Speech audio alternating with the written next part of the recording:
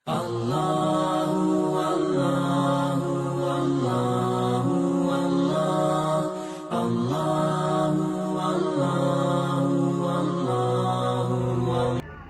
وقار ذی احتشام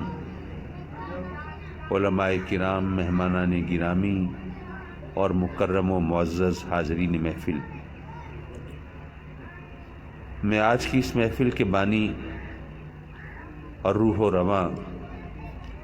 محترم و مکرم مولانا احمد سعیدی صاحب کو دل کی گہرائی سے ہدیہ تبریک پیش کرتا ہوں کہ انہوں نے یہ بچیوں کے، خواتین کے ادارے کی بنیاد رکھی ہے اور ایثار اور قربانی کی مثال بھی قائم کی ہے۔ وہ اس لیے کہ ہم دکانیں بناتے ہیں، کاروبار کرتے ہیں، روزی رزق کمانے کی کوئی صورت تلاش کرتے ہیں، اور اگر ہمیں کوئی دین کا کام کرنا ہو تو اس کے لیے اپنی جیب سے خرچ کرنے سے پہلے مخیر حضرات کے دروازے کھٹکھٹاتے ہیں اور ان سے تعاون کے طلبگار ہوتے ہیں۔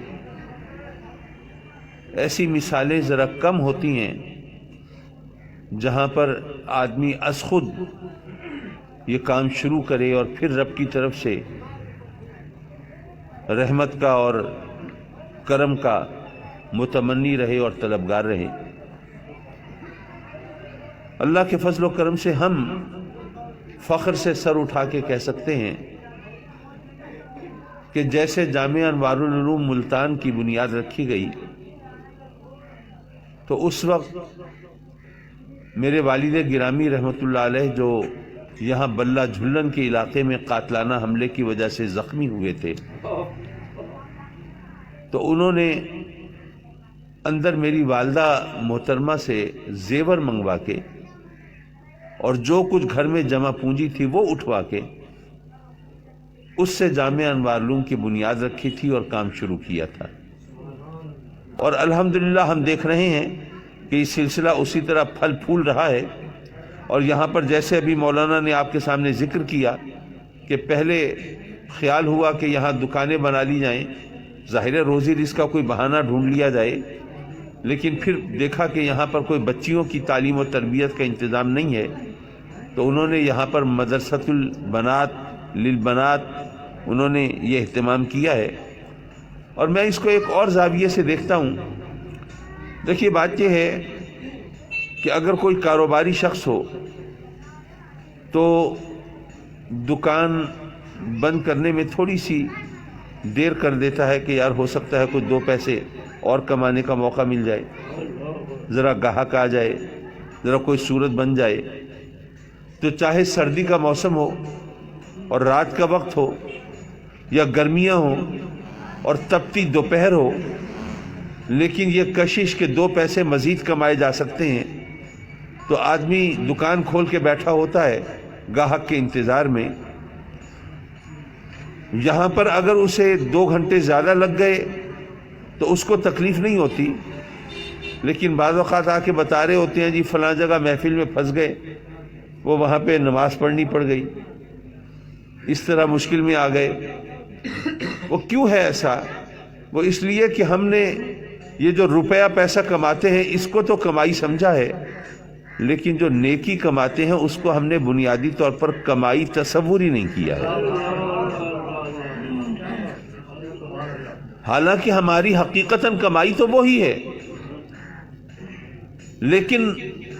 ہم نے روپے کو، مال کو، دولت کو، زمین کو، جائیداد کو تو کمائی سمجھا ہے، لیکن جو نیکی ہم کرتے ہیں اس کو ہم نے دوسرے کھاتے میں ڈالا ہوا ہے، اس کو ہم نے کمائی تصور نہیں کیا۔ تو ماشاءاللہ یہ آپ نے ادارہ قائم کر کے اور دکانوں کی جگہ یہ بچیوں کے لیے تعلیم و تربیت کا انتظام کر کے ان کے ایمان کی حفاظت کا سلسلہ کر کے آپ نے جو کام کیا ہے، تو یہ بہت بڑی کمائی ہے، اور اس کمائی کے مقابلے میں یہ دنیاوی کمائی کو پیش نہیں کیا جا سکتا۔ بہرحال کہنے کا مطلب یہ تھا کہ اسکول کالج تو بچیوں کے جگہ جگہ کھلیں، لیکن دینی مذہبی تعلیم حاصل کرنے کے لیے ان کو مسائل کا سامنا ہے۔ تو ایسے میں اس ادارے کے بانیوں کو ہدیہ تبریک پیش کرتا ہوں کہ انہوں نے یہ ادارہ قائم کرنے کے لیے، میں پھر عرض کروں گا، ایثار و قربانی سے کام لیا ہے۔ اپنی زمین، اپنی جگہ،